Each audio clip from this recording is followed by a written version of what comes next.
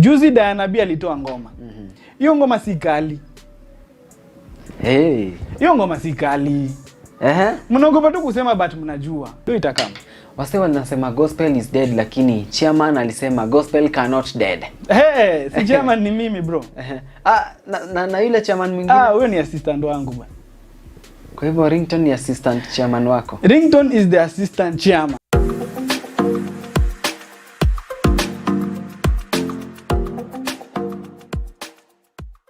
Mambo vipi mwana Swift Media popote ulipo, karibuni tena hapa. My name is MJK or you can call me Majoka MJK, and of course we have the one and only Bensi again. You know it's Bensi again, the true ninja himself. Inakuaje bro? Poa sana. Happy New Year hata kama tumeshafika katikati ya mwezi. Mazee ishi. Mwezi inasoga pole pole sana. Happy New Year bana. Mwaka inakupelekaje? Si mbaya. Compared to last year, I think hii inakaa kuweza sana. Yeah. Wow, Bensi umekuwa kwa industry kwa muda. Yes. Muda umefanya vitu vingi. Umepea watu anthem ya Church Girl na vitu kama hivyo. Kwanza tuzungumze Church Girl. Yeah. Ilikuwaje ile ngoma? Kwa sababu tuliona pia uliimba pale na mama watoto pale. Yes. Yeah. Church Girl ilikuwa a very simple vibe song, just to echo. Ku echo that unaweza stick to foundation ya Christ, regardless ya zile maybe zile temptations who come along the way as a Christian. Na tulitaka sana feature on the strength of a Christian girl. Yes. Because kwa song kuna Church Girl na kuna Bad Boy. Yes. But song inaitwa Church Girl because huyo ndio stereo. Huyo ndio tero wa movie. So yes, tulitaka sana ku emphasize on regardless of his temptation, because lately imekuwa njaro ni wase wana believe kwanza madem kwanza wa Nairobi. Yes. Paka kuoneka kitu ndio wa get. Wase wanasema gospel is dead lakini chairman alisema gospel cannot dead. Si chairman ni mimi bro. Na yule chairman mwingine. Huyo ni assistant wangu bwana. Kwa hivyo Ringtone ni assistant chairman wako. Ringtone is the assistant chairman. Bensi is the chairman. Hivyo ndio iko. Ask anyone who knows. Your assistant chairman. Yeye anasema yeye ndio the richest gospel artist in Africa. Ina depend unaongea richest gani. Unajua you can have all the money in the world but you're the poorest person. If your measure of wealth is dough, my friend, you're very poor. Richness inakujanga in different. Unajua wase assume msee akiwa na do ako blessed. Yes. Hapana, that's not the case. God anaweza kubless na kitu inaitwa peace. Yes. Peace of mind. It's more important than the yote. So inaweza kuwa ako na kamukwanja, but money ukuja na inaenda. Bro, pesa si kitu ya ku hold on to. Leo uko nayo kesho una. But peace of mind, God akikugrant to your peace of mind, I promise you, you will be safer than anyone else. So, is gospel alive or gospel is dead? Gospel will never die. Hata ikibaki tu ni Bensi ndio anaimba gospel peke yake, it is very much alive. Wasanii wanaweza dead, the industry may suffer. But if uliingia kwa industry ku get dough, na sahi kuna season ya hakuna dough, na uache, it means you are never there for the ministry. But kama umestand firm na salvation ya Christ, hata kukauke aje, hata kama hakuna dough aje, utabaki bado kwa salvation na kwa gospel. Gospel ni God bro. How can God die? Hiyo haiwezi. So kama assistant chairman alisema gospel is alive, is very right. Yes. Na kwa nini gospel kuna vita vingi sana? Let me tell you one thing. Ukikuwa successful in any field, ukikuwa tu successful, there will always be a fight. Ukiona mazee una succeed tu, vitu zangu zinasonga tu, hauna challenges, mazee unafajuliza maswali sana. But wherever there is a fight, inamaanisha there is strength. Hakuna siku mti ina matunda itarushiwa mawe.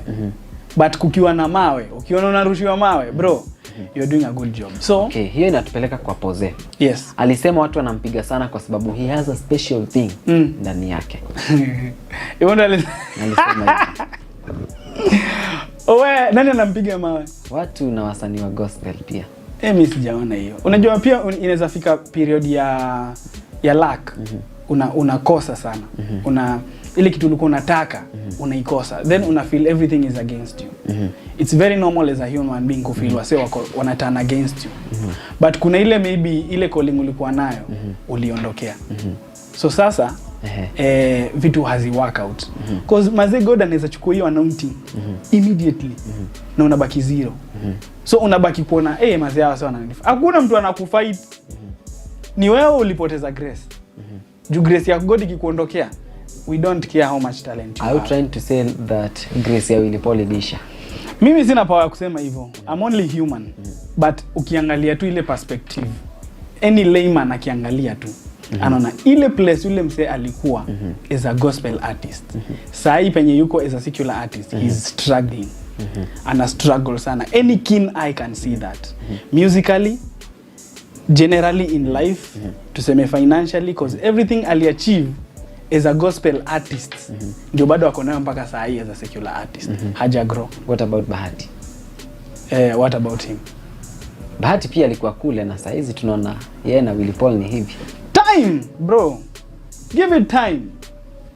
Give it time. Hawezi ondokea grace ya God na ubaki strong.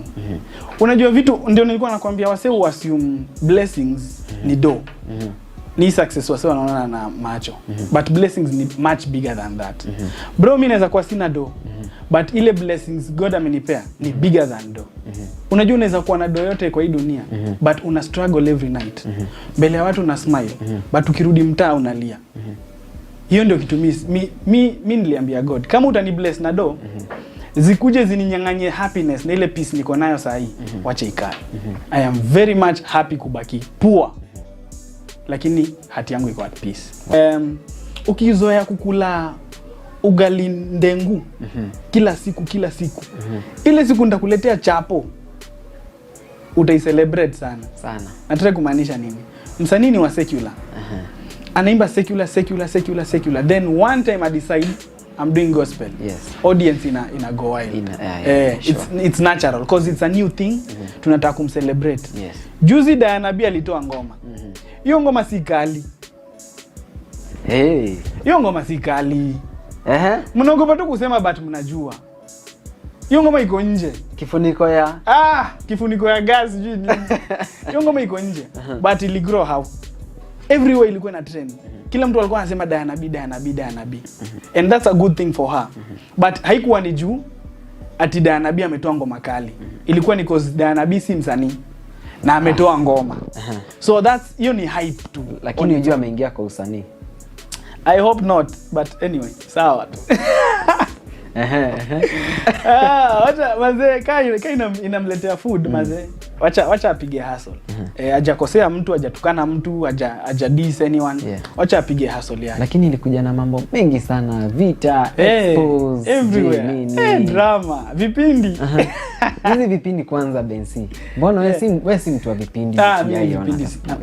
Unadhani hizi vipindi sijui msanii Diana ameexpose sijui Willy Paul, mara imetokea sijui wametoa diss track, mara sijui alilala na yeye. Unachukuliangaje vitu kama hizi wakati imekaa hivi? Mimi ukana cheka tu. Ni entertainment. Wacha nikwambie. Hii ni entertainment industry. Na kitu wanadu si wrong.